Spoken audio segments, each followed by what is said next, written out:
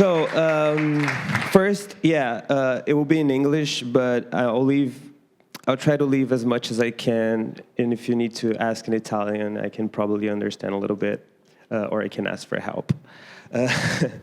First, I think before I wanted to talk about this, because this is interesting, because I want to start talking about being an audio professional, not going into games, before going into games. And this was an interesting project that I did with a Brazilian director that was living in Argentina, and he wanted to do something that's very Argentinian. If you're used to, or if you study cinema and you like Argentinian films, you know that there's more concept than actually pleasing features and everything. So I remember, Mattia talked about doing round sounds, and I was trying to do them, and every time the feedback would be, no, this guy's going crazy, I want sharp things, I want things to be messy, I don't want things to be as clean. And that to me was kind of like hurtful every time, because we needed to make it dirty, make it like and this is a trailer, so sometimes it's very silent, and sometimes it's very confusing, and sometimes it's very hard to deal with as watchers. And then most of my time has been working in advertising, which is a different thing. It's product, right? So how I want to start talking about how that works. So in advertising, you start with a briefing, right? They will come in and they'll call you, or they'll call you into an office, and they'll talk like, this is the product, this is our idea. Has it been approved? No, we're trying to sell it. Okay, good. So they'll send you a monster, what we call, which is a rough idea, maybe some drawings and an animatrix or whatever, and you start getting sounds from banks and putting and try to sell the idea with maybe some reference music and whatnot. Then it will go back, and if the idea is approved, they'll start filming, and in about a week or two, they'll give it back to you. You have, 2 to 4 days to do all the follies, synthesis, sound design, music, send to approval. If they approve, it's a final. Then they'll get adjustments, and then it's done. In a day, it will be, on YouTube or on TV or radio if you're doing a spot. That whole thing takes a month, maybe, which is the first thing that I want to talk about being a challenge starting working with video games, is keeping perspective. So you work in a thing, I think you all have overmixed stuff. We all have just listened to something too much at a point that you start misjudging it. That snare is not sounding right, so you just keep working on it. And that for a day or two. Imagine doing that for a year or 2 or 3 or 4 years. You're hearing the same footsteps, the same clothing, the same sounds, and you need to keep perspective. That, for me, unfortunately, I cannot show part of the game that we're doing right now, but we've been working for almost 2 years on that, and a lot of the sounds from the beginning are basically the same. We keep working on it, and sometimes you just have to ignore it. And that, to me, was a challenge, and I think it's been a challenge, and it is still a challenge to a lot of people. And I wanted to say that because, again, the idea of the talk is, if you're not already working with games and you are an audio professional, you work with mixing, you work with advertising, you work with films, and you want to understand what kind of things you should be looking forward to and what kind of things you should focus on or kind of expect as a challenge, this is one of them, definitely for me.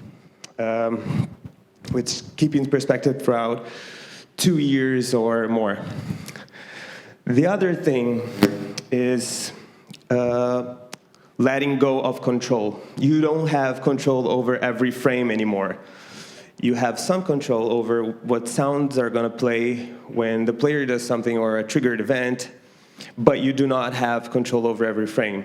A player might run through a whole level, triggering stuff that you didn't even know they could do that fast, while another might stay in the same place for an hour. And Music is always time, sound is always time. That's how we measure frequencies. So you don't have timeline anymore. You have people, you have the user, which is the worst thing ever, just controlling your sounds. But that's a cool thing, I think, because then you're kind of making sounds with other people. Their interactions matter, that how they play the game matter, and then you just lose the control over every frame, but then you get other things. You get to be creative in thinking about that, trying to predict that. If they stay here, what do we want him to feel? Do we want to rush him? Do we want to send him? Maybe we want to start a song playing, just a beat. Do we want to move them? Or do we want them to feel comfortable? If you want to stay here for 3 hours, that's fine. And again, this is a challenge, but something you can't do with films or advertising. You don't have that. You don't have that thing. People sit down, they watch what you put there, and every frame, if you stop at that frame, the same thing is going to be playing, the same scene, the same audio. Again, as a sound designer, that's good because you have control, but when you don't, you just have to be creative. And another thing is not only being creative, but then how do you test a film? You just watch it, you listen to it. If it's fine, it's fine. It's going to be always fine. You test it in different systems, see if that still checks up. How do you test a game? You play it, you try to break it, you try to make it not work. And then you find bugs, and then you go talk to programmers and designers and say, okay, this is not working. And then you test and test again, and then you just hope that you didn't break something new, which is a thing. And in general, I think testing is something that was a big challenge for me in the beginning, because I came from playing video games and making sounds. I didn't come from software development. I didn't come from that area. So what do I do? What do I look for? And what is, I know that the game is not ready. So when it breaks, is that something that I should care about? Because in the beginning, that's what I did. Like every time something was not working exactly like as it should, I would go to a programmer or go to a designer, and they would say, maybe, right, but we're still working on it. And because of that, like, there might be games that they'll send you kind of a finished product, and then you get to work on it, and then you still have to do that. But if you're working while in development, things are changing, things are breaking, and your sounds with it. So that's another thing. And you are usually, especially now, programmers aren't really implementing the sounds for you anymore, or not that much, or not in all areas. So you have to learn how to do that. So if you're not into going into and learning an engine and learning how things work, you might not have a good time working in games. But, and then again, you have to figure out and then I think that's the great part about working on games. You get to create things that weren't created before, because you want to create an experience, and you're implementing, and then you get to talk to programmers that know stuff that you don't, and you know stuff that they don't, and talk to designers and see how this is going to work. Like I was talking yesterday with my friends about how we created an occlusion and reverb system, which I'm not going to get into detail. This is something completely new to me, but it's just something that we figured it wasn't working as it should, just using the regular ways. And then we just sit down, talk to programmers, talk to designers, saw what our budget was, how much time we had, and we developed it. So this is all stuff that it's not immediately, it's not your concern immediately when you're going from working again on advertising, and when you're a sound designer and you start working with games, that might not be your concern. What's the difference? I remember when I started, when I first got the game, what's the difference? What am I in for? And I quickly found that. And that was, it's all been an experience. Also because this is a thing, I've been working on games only for 2 years, so I'm pretty new. And before that, I was for almost 10 years in films and advertising. And I wanted to do this talk again, because I think a lot of people are in the same spot as I was, and I still kind of am, and would like to know, how do I transition?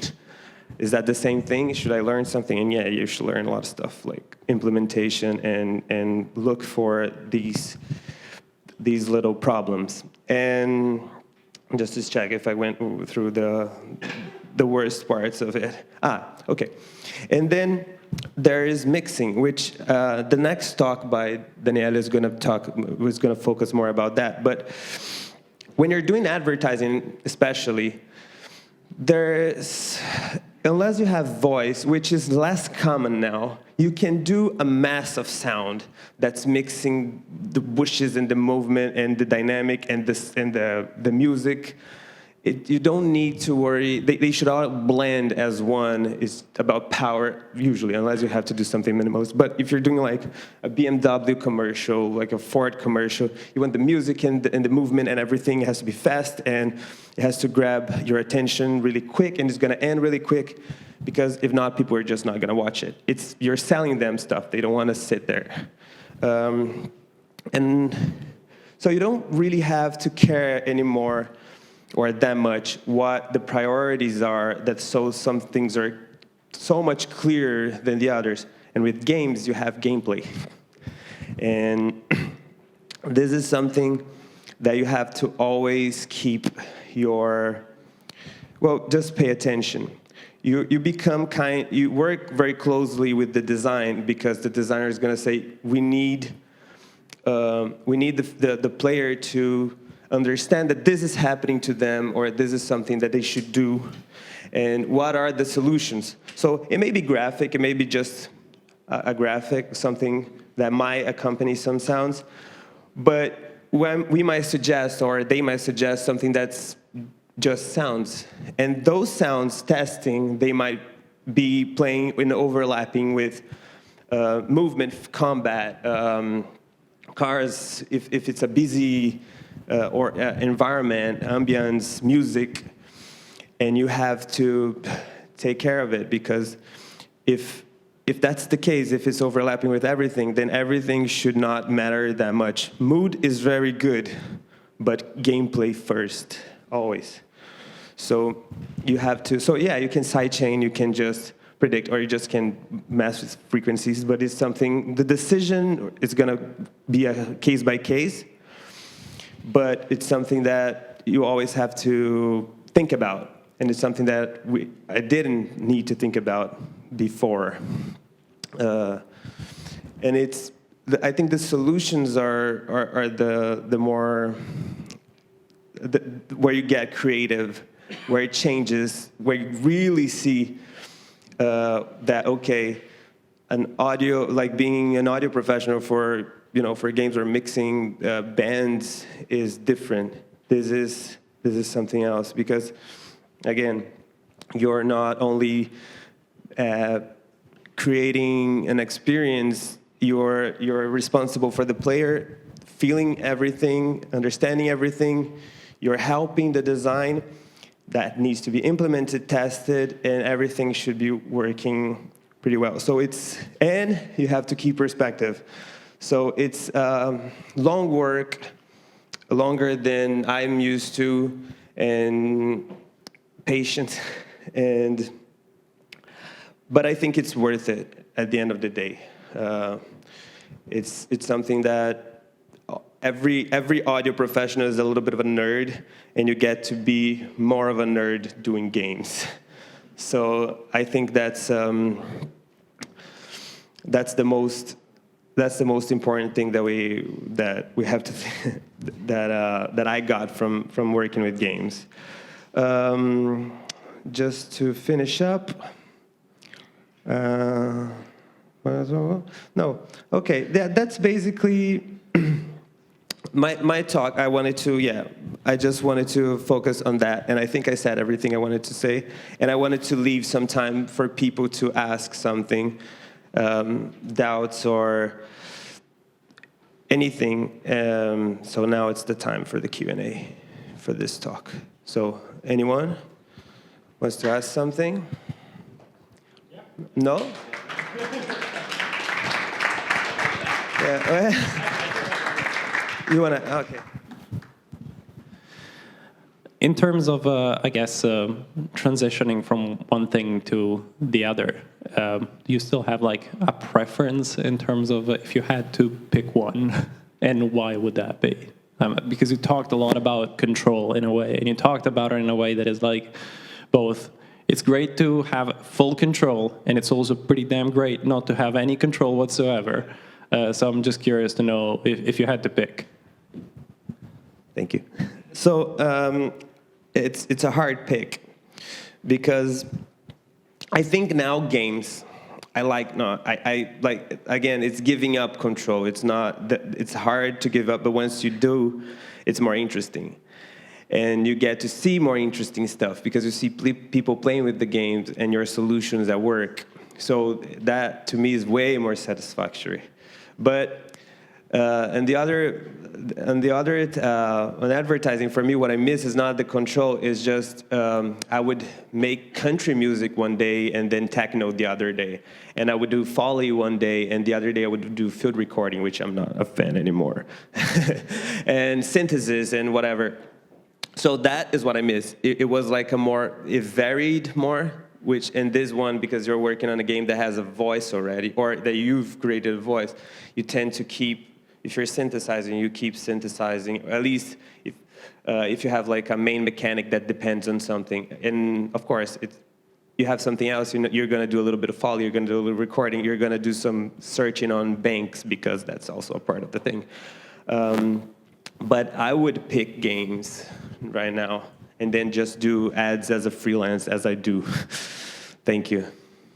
Any other questions? Oh.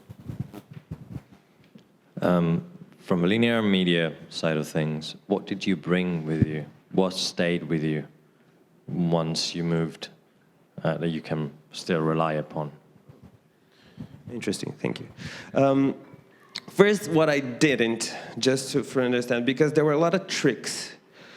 So if you have something that was a little bit empty, you could just add a little bit. And now these things, because they had no purpose, they were just there to give a thing, they might be lost. But especially on doing animations, because then I'll act as if it were a film, and I try to kind of get those animations, and I can still do little variations, but I'll act and I'll work on it as if it were a film. So I'll take care, usually if I'm cutting a little bit of like cloth sounds or whatever Foley, I try to keep the timing almost to the exact same things, or where it starts or where it ends, so I can use it as something that's almost static while still creating variations. So definitely that's one of the things, I think that's one of the things that I brought the most. And of course, sound experience is sound experience, right? You know how to work with an EQ and a compressor. I'll try to bring that. But I think that the thing that really stuck with me, that I think I had a little bit of advantage, is just animations, cinematics, because again, it's just bringing that almost exactly how I used to work with to the game. The rest, there's always a little bit of a challenge still. Thank you for the question. Hey, so one of the things, because I moved more from sound technician I did some more linears, and then I went to games. And one of the things that for me was completely new, of course, was implementation. But I loved it. Like, it's probably now one of the most fun parts for me. And it's probably also the thing that we do that is more far from the linear sound design. And I was curious, how's that working out for you? Do you still think it's like a step that you have to do because you have to do it, but you'd rather not do it, and you still prefer the designing part. Also because now when you design, of course, the implementation has to be in your mind. You cannot just design a linear and then you see how it's going to be implemented. So I was curious, how is that going to work out for you? Thank you. So, no, I love implementation now. I think it was one of the things that were challenging, especially because I learned implementation in Unity, and when I got to Avasonico, they were using Unreal. And I said, okay, I need to learn this. And then, of course, in the beginning, it's frustrating because you're learning something else. I was doing implementation in C#, and then I had to learn blueprints, and which are easier, but it's still something you have to learn. But now, again, as you said, you thinking about sound design already with sound implementation in mind is just it's freedom. It's opening because you're thinking of how the sound is going to be played, so you get to be even more creative. You know, you're not thinking about something static anymore, and you get to go crazy. You know, you get to play with parameters. You get to open, close filters, effects, depending on how people are, how the player is moving, or how the enemies are moving around, or whatever is happening, whatever system they're designing, you get to make that into a parameter and then use your sound design techniques just to move around. So now I love it. And one of the reasons why I prefer games now than ads, but it's personal, I think.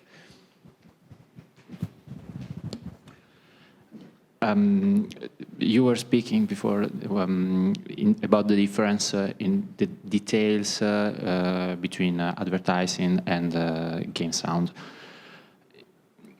Will you suggest to a person who's trying to enter the game market, the game audio design market, to have in his own portfolio something coming from the advertising market, or you think it could be misunderstood?